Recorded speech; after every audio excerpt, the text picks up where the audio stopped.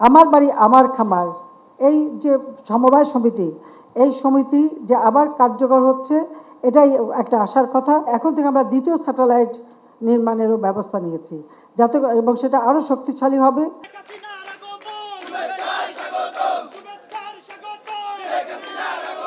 সাধারণ ছুটির দিনের চেয়ে শুক্রবারের দিনটি কিছুটা ভিন্ন আমেজে কাটল প্রধানমন্ত্রী শেখ হাসিনার।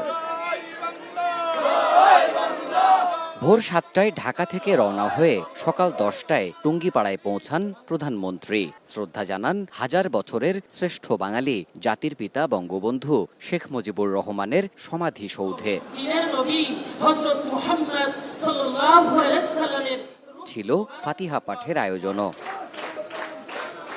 এরপর টুঙ্গিপাড়া উপজেলা আওয়ামী লীগ কার্যালয়ে আসেন সরকার প্রধান। সেখানে তখন উপস্থিত আমার বাড়ি আমার খামার প্রকল্পের সদস্যরা। টুঙ্গিপাড়ার দাড়িয়ারকুল সমবায় সমিতির আওতায় প্রধানমন্ত্রীর সঙ্গে বসেন এই উদ্যোগে সম্পৃক্ত তৃণমূলের মানুষ। তাই আর্থসামাজিক উন্নয়ন নিশ্চিতে সমবায়কেই ভিত্তি ধরে এগোতে বলেন সরকার প্রধান।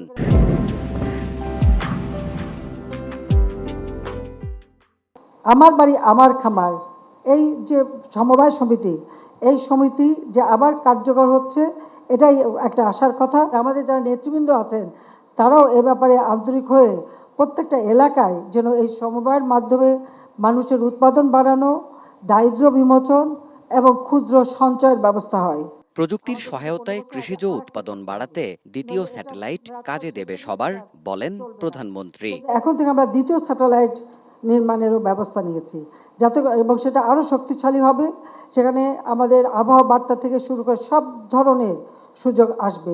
সেই ধরনের নতুন স্যাটেলাইট আমরা করে দেবো। একেবারে প্রত্যন্ত অঞ্চলে, গ্রাম অঞ্চলে, চর অঞ্চলে, দ্বীপ অঞ্চলে, সব অঞ্চলের মানুষ যেন যোগাযোগটা তথ্য প্রযুক্তির যোগাযোগ করতে পারে। পরে উপজেলা আওয়ামী লীগ কার্যালয়ে সমিতির সদস্যদের মাঝে প্রধানমন্ত্রী ব্যক্তিগত তহবিল থেকে কৃষি ও শিক্ষা উপকরণ বিতরণ করেন।